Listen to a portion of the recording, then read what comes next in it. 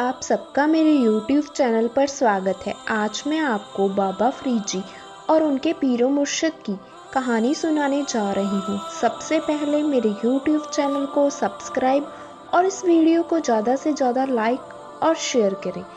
जब बाबा फरीद जी बड़े हो गए तो उन्होंने अपना घर-वर त्याग दिया, क्योंकि जिनको अल्लाह की चाह है वो तड़प जाते हैं जब तक उनको पदार्थ भक्ति मार्ग नहीं मिलता। तो उन्होंने जाकर एक सूफी संत को अपना पीरो मुर्शिद बना लिया। अब उनके पीरो मुर्शिद को जैसा ज्ञान था, उन्होंने उनसे कहा कि बेटा, तब से अल्लाह का दीदार होगा, परमात्मा के दर्शन होंगे। जितना घोर तप आप कर सकते हो करो। उन्होंने विधि बता दी। बाबा शेख फरीद जी ने वैसा ही किया। वो उनके साथ जाकर अपने पीरे मुर्शिद के आश्रम में रहने लगे। वहाँ 5-7 और भी उनके शिष्य थे जो पीरो मुर्शिद के आश्रम में रहते थे। पीरो मुर्शिद ने क्या कर रखा था कि प्रतिदिन एक शिष्य की सेवा बांट रखी थी। एक दिन एक ही व्यक्ति, एक ही सेवक खाना बनाएगा और बस्तर भी धोएगा और गुरु जी और पीरो मुर्शिद जी का हुक्का भी भरेगा। बाबा शेख फरीद जी के पीरो मुर्शिद हुक्का पिया करते थे। शेख फरीद के प्रति पीरो मुर्शिद का काफी रुझाव था। वो शेख फरीद को बहुत मानते थे और उनको सेवा में अधिक रखते थे। तो अन्य शिष्य ईर्ष्या करने लग पड़े कि पीरो मुर्शिद जी शेख फरीद से ज़्यादा लगाव रखते हैं और हमसे इतना प्रेम नहीं करते। ऐसा कोई तरीका ढूंढा जाए जिससे पीरो मुर्शिद जी की नज़र में बाबा शेख फरीद जी गिर जाए। परंतु यहाँ पूर्ण परमात्मा का वास होता है। वहाँ ऐसी घटनाएं जल्दी से नहीं घटती। अल्लाह कोई ना कोई कारण बनाकर उनको सीधा कर देता है। तो क्या हुआ, एक दिन बाबा शेख फरीद जी की सेवा का दिन था। उन्होंने शाम के समय खाना बनाया और खाना बनाकर जब खिलाने के लिए गए तो उसके बाद हुक्का भरने के लिए अग्नि तैयार करनी होती है। वो अग्नि तैयार कर गए। बाकी शिष्यों ने क्या किया कि जो हुक्का भरने के लिए अग्नि होती है उस पर पानी डाल दिया और आग बुझा दी। पीरो मुर्शिद जी इतना क्रोधी होते थे कि अगर खाना खाने के 10 मिनट के अंदर उनको हुक्का ना मिले तो वो अपने सेवक पर डंडा उठाकर मारना शुरू कर देते थे। इतना पेट देते थे कि उस सेवक को सेवा से वंचित कर देते थे। तो उन्होंने यही तरीका ढूंढा कि आज बाबा फरीद जी सही समय से हुक्का नहीं भर पाएंगे और ये पीरो मुर्शिद और मुरीद की यारी टूट जाएगी। अब बाबा फरीद जी खाना खिलाने गए। वो तो निश्चित थे कि 2 मिनट में हुक्का भर के दे देंगे। अग्नि तैयार कर रखी थी। उन्होंने अपने पीरो मुर्शिद को खाना खिलाया और फिर बर्तन रखाए।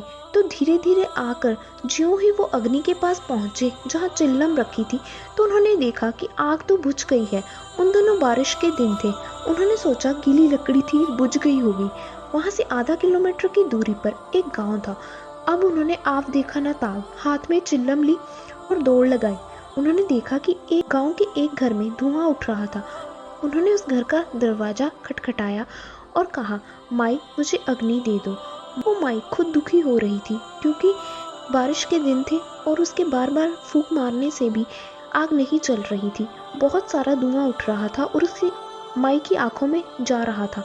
वो गुस्से में आकर बोली, क्यों सिर पर चढ़ते आ रहे हो? सारा धुआं मेरी आंखों में पड़ रहा है। तू आंख फुटवा ले, अब आग मिलेगी। ऐसा थोड़ी ना मिलती है आग। शेख फरीद जी ने कहा कि माई, अगर आग फोड़ने से आग मिल जाएगी तो मैं अपनी आंख देने को भी तैयार हूँ। माई ने कहा, हाँ, आंख फुटवा ले तब मिलेगी आग। वो उनकी तरफ देख नहीं रही थी, सिर्फ वो आग में फूंक मार रही थी। बाबा शेख फरीद जी ने क्या किया, चिमटा अपनी आंख में मार लिया और आंख निकाल दी। उनको यह था कि यदि आज पीरो मुर्शिद जी क्रोधित हो गए तो मेरी करी कराई मेहनत व्यर्थ हो जाएगी। उन्होंने आंख निकाल दी और कहा, ले माई, आंख ले ले और मुझे आंख दे दे। अब माई ने देखा कि इसने तो सचमुच आंख निकाल दी। वो डर गई और उसने सुना था कि ये बहुत ही सिद्ध साधु का मुरीद है और उनके वचन भी सिद्ध होते हैं। वो डर गई और बोली, महाराज ले लो आंख। शेख फरीद जी ने उस फूटी आंख के ऊपर बाबा शेख फरीद जी ने जहाँ से आंख निकाली थी वहाँ पर कपड़ा बांध लिया और फटाफट आग लेकर भाग गए। अब पीरो मुर्शिद जी ने पहली आवाज लगाई थी कि काला बेटा, वो भी उन्होंने सुन ली दूर से। अगर दूसरी तीसरी पर वो ना पहुंचते तो उनके पीरो मुर्शिद जी के हाथ में डंडा होता। वो भागकर जा रहे थे, आंख निकाल रखी थी, पीड़ा असहनीय हो रही थी, लेकिन फिर भी उन्होंने ही ना करी। भागते भागते जा रहे थे। जब दूसरी आवाज लगाई तो भी दूरी ही थे। जब तीसरी आवाज लगाई कि शेख फरीद कहाँ मर गया तू, तो शेख फरीद बोले, आ गया मुर्शद जी, आ गया मेरे पीरो मुर्शद जी, आ गया। वो तीसरी आवाज तक वहां पहुंच गए और बोले, पीरो मुर्शद जी मैं आ गया। पीरो मुर्शद जी बोले, क्या हो गया था बेटा? शेख फरीद जी ने बोला, पीरो मुर्शद जी वर्षा के दिन है, आग बनी नहीं, यहाँ नगरी से जाकर लाया हूँ। पीरो मुर्शद जी बोले, अच्छा बेटा तेरी आग को क्या हो गया? बाबा शेख फरीद जी ने बोला, बस जी आपकी दिया है जी, कुछ नहीं हुआ, भागा जा रहा था, एक झाड़ी लग गई और खरोच सी आ गई, इसलिए बांध ली है। पीरो मुर्शद जी बोले, अच्छा बेटा कोई दवाई लगा ले। अब वो पीरो मुर्शद जी हुक्का पीकर सो गए। लेकिन उस माई को नींद नहीं आ रही थी कि हे अल्लाह ये क्या हो गया, कैसा पाप हो गया मेरे से। उसने एक डब्बे में आँख रख रखी थी। उसने सोचा कि अभी रात को तो जा नहीं सकती, सुबह जाऊंगी। सुबह वो आँख लेकर पीरो मुर्शद जी के पास पहुंची और कहने लगी, मुझे माफ कर दीजिए, मेरे से बहुत बड़ी गलती होगी। पीरो मुर्शद जी ने बोला, क्या हुआ बेटा, तुम माफी क्यों मांग रही हो? तो उसने बताया कि कल आपका एक मुरीद मेरे से आग लेने के लिए आया था, लेकिन मैं धुएं में दुखी हो रही थी। मौसम भी गीला था, जिसकी वजह से लकड़ी भी ठीक से नहीं जल रही थी और फूंक मार मार कर मेरी आंखें धुएं से खराब हो रही थी। मैंने ऐसे ही कह दिया आपके मुरीद से कि मुझे आग दोगे तो ही मैं आग दूंगी। आपके मुरीद ने सच में आंख निकाल कर दे दी। हे पीरो मुर्शद जी मुझे माफ कर दो, मैंने तो वैसे ही कहा था। पीरो मुर्शिद जी ने सोचा, ये तो गजब हो गया।